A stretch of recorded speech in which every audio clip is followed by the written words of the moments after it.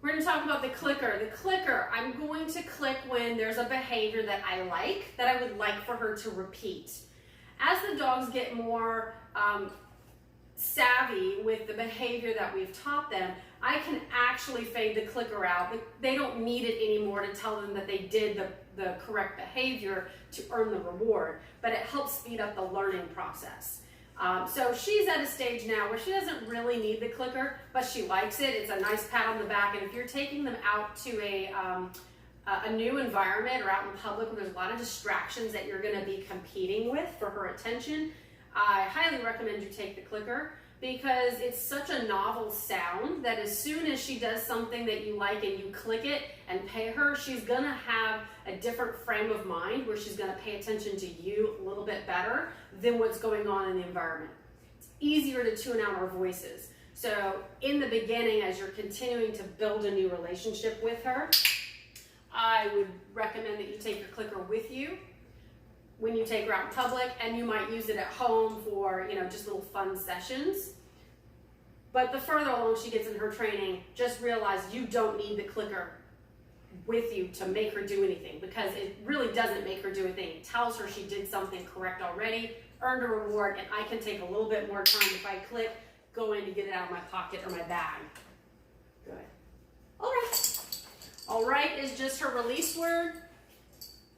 It just means she can, get up out of that position. She has maybe permission to go through a door or take something from me. It's an out-of-use cue. We start off doing single touches. Ring it. I'm going to click each touch. Ring it. And get in a bunch of reps. Ring it. You should be able to get in easily, about 10 to 20 in 30 seconds. Ring it. Ring it, and then we're going to go ahead and I'm going to slip in a double touch, which means I'm not going to click the first one, I'm going to click the second one. Ring it. I'm going to wait for her to go back. In case I didn't hear her, I want her to go back and ring it again on her own. Ring it. There's another double. I'm going to slip in a single now. Good. Ring it. Another single. Good. I'm going to slip in a double. Ring it. Good. I'm going to do another single, ring it, and now I'm going to slip in a triple, which means she has to touch it 3 times before I click. Ring the bell. Good girl. And then I'm going to throw in a single. Ring it, and we'll end on that. Good girl. Okay, after we've done our single, double, and triple touches, we're going to work on a little bit of distance. I don't want to have to stand by this door all the time. So I can start off close, ring the bell, and I'm going to drop the food and move. Go ring the bell. Good. I can toss it and move somewhere else. Ring the bell. Good. I can toss it close to the bell, but I want to keep moving further from it and even out of the room. Ring the bell, and I can point to it. Good. She can come to me to get the treat. You may not see that off camera. You gave her 3. Ready? Ring the bell. If I don't hear it, I'm not going to click, which means she's got to go back and try that touch again. Good. If she gets stuck, I may go back and point to it or get a little closer to it. Good. If you're using your treat and train, ring the bell, you can have that further from the door, change your distance so that when you beep the machine, she can then go to wherever the machine is to collect her treat. Good girl. Molly, ring the bell. Good. The idea is that she can ring the bell even if I'm not close to it or if I'm in another room, and I will react. We're not going to always be giving her food. We'll just be letting her out. But right now, to practice that, I want to use food heavily to reward that behavior. And you really can just do this in about 2 to 5 minutes, get in a bunch of reps and make it a little bit of fun. She's just working for her kibble. Ring the bell. Good. And it gives her something to do practicing with you. Once she's established the bell and she's ringing it on her own to let you know when she needs to potty, then it's fine. You don't really need to practice this anymore unless you just want to have a little fun with her every now and again, because they do like playing this game. When you put this into practice for potty training, every time you let her out the door to go potty, you're going to ask her to ring it first. She's going to start to do it without you asking, but I want her to learn in your home where the bell is and that you expect her to do the same thing. So I usually just, as I approach the door with the dog to let him out, say, you got to go potty? Ring the bell. Good girl. And then I open the door and I would let them outside. Okay? And I would do that for at least the first week that they're home, so that they know that I'm not going to open that door unless they ring it, and then I would open the door. Good girl, Molly. After about a week of doing that, all I want you to do is, as you're approaching, just say you got to go potty. Don't say anything, and then when she rings it on her own, open the door. You're not actually going to tell her to ring it in that situation. You're just going to, I know you heard me say it. You're just going to go ahead and open the door when she does. And if she's not doing anything, you just stand there and you wait. If you have to point to it like that to get her attention without otherwise verbally telling her, then do so and open the door. We want to make sure that she will do this without having to be verbally prompted. Okay, we don't want her to be cued all the time, because the idea is that she will tell you when she needs to go out, ring it. And not necessarily only when you're in the same room, that she can get you to come into the room that she's at to let her out by her ringing the bell all on her very own. But we're going to start off where we tell her to do it, and then we let her out, do that for about a week, and then I want you just to kind of get to the door, stand silent, wait on her to offer it. If I just stand here and I do nothing, she's probably going to offer it. I'm going to open the door and let her out. In the morning, I don't ever have food on me or a clicker. I just praise the dog and let them out. Good girl. Okay, we're done with that. We're going to work on leash cues. So if you don't have a leash on the dog, this does not apply. But when you have a leash on the dog, you have another way to give information. So I'm going to pull upward when I want the dog to sit. And as soon as she sits, I'm going to click. And importantly, I want to drop the leash so that it's slack again. Yeah, you know what's coming. If I pull laterally, I expect her to give into the tension. Okay, so if I'm doing a horizontal pull, she should go in, not fight me and resist. Good.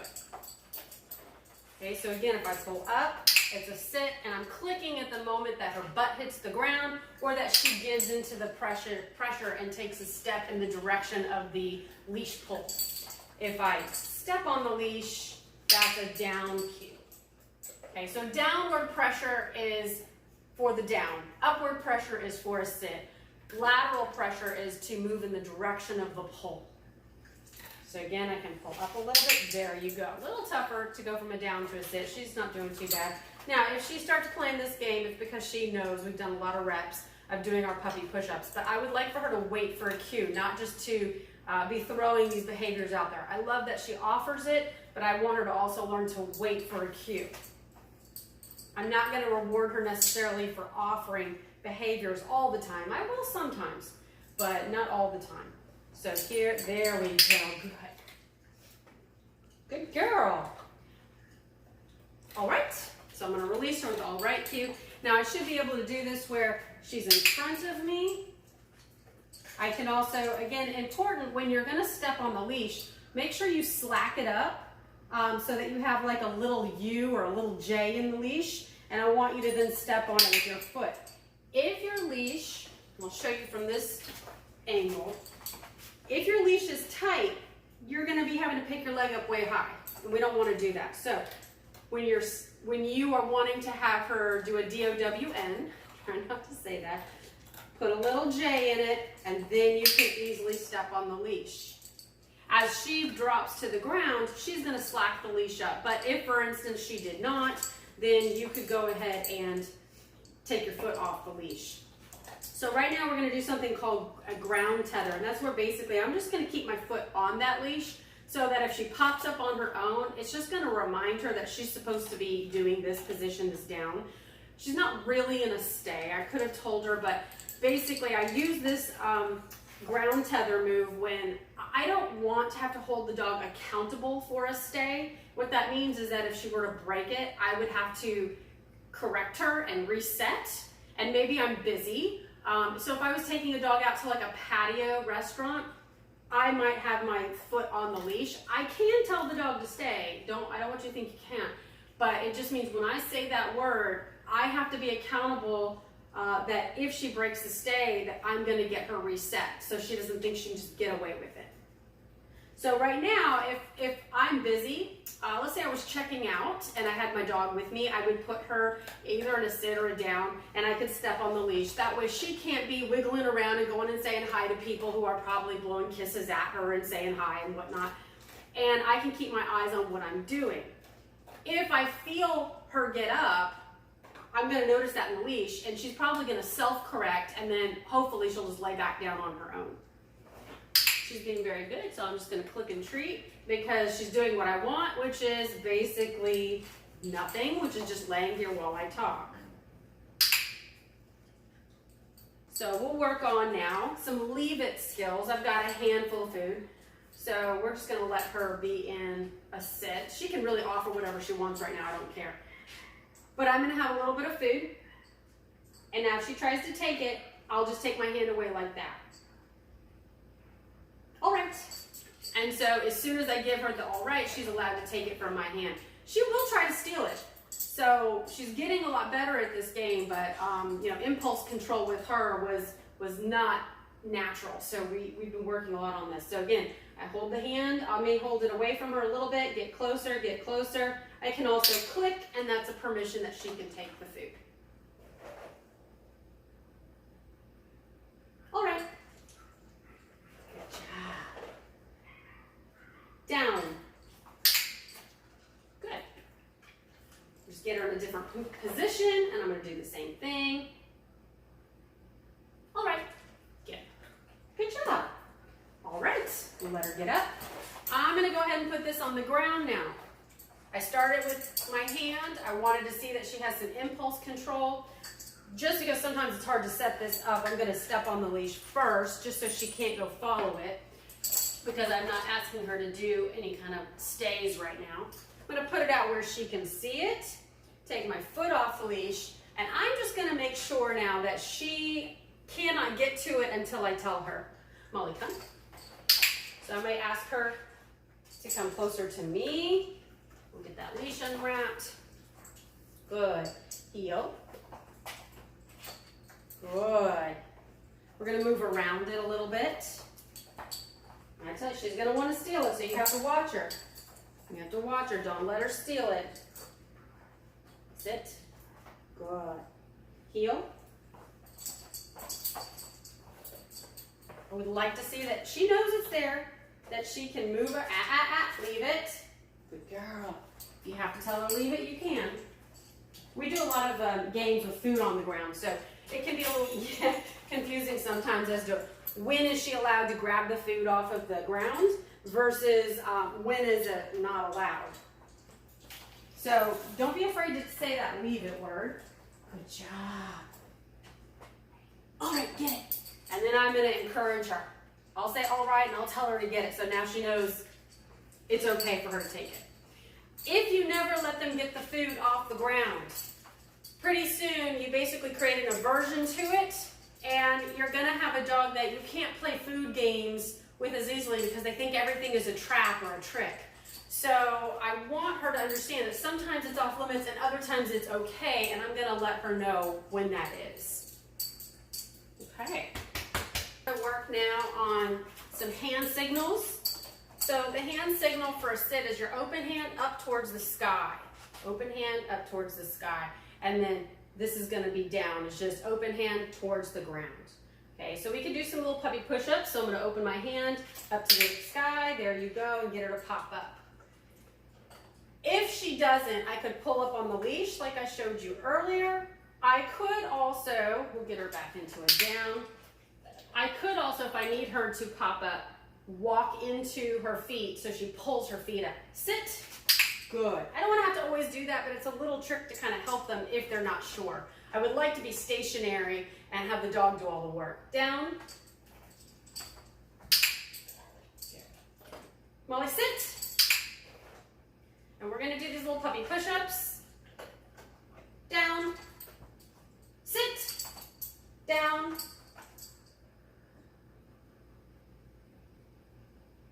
And if she doesn't do it, I might step on the leash. So what happened there is I asked her to do several reps in a row. I didn't give her payment, I didn't click, and she probably either got upset about it or she might have thought she did something wrong, which she didn't. Molly, sit. Good.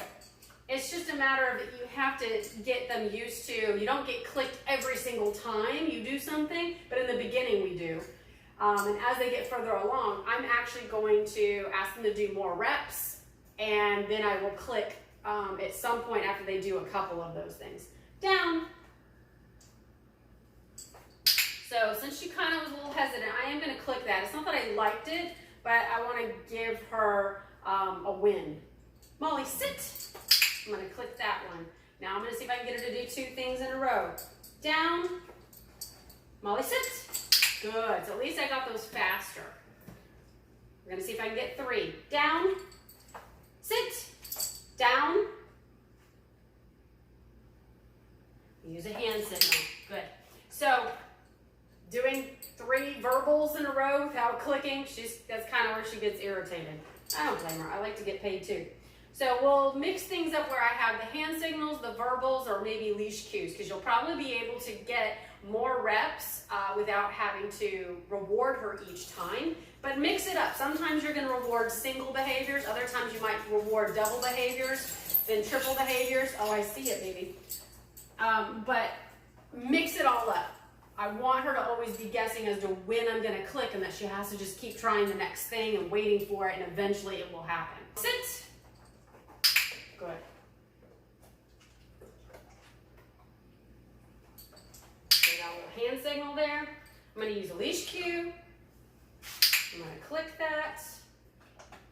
Down. So I'm doing puppy push-ups, but I'm mixing in all these cues now. Good girl. Good girl. Very good. All right. I might let her get up. All right.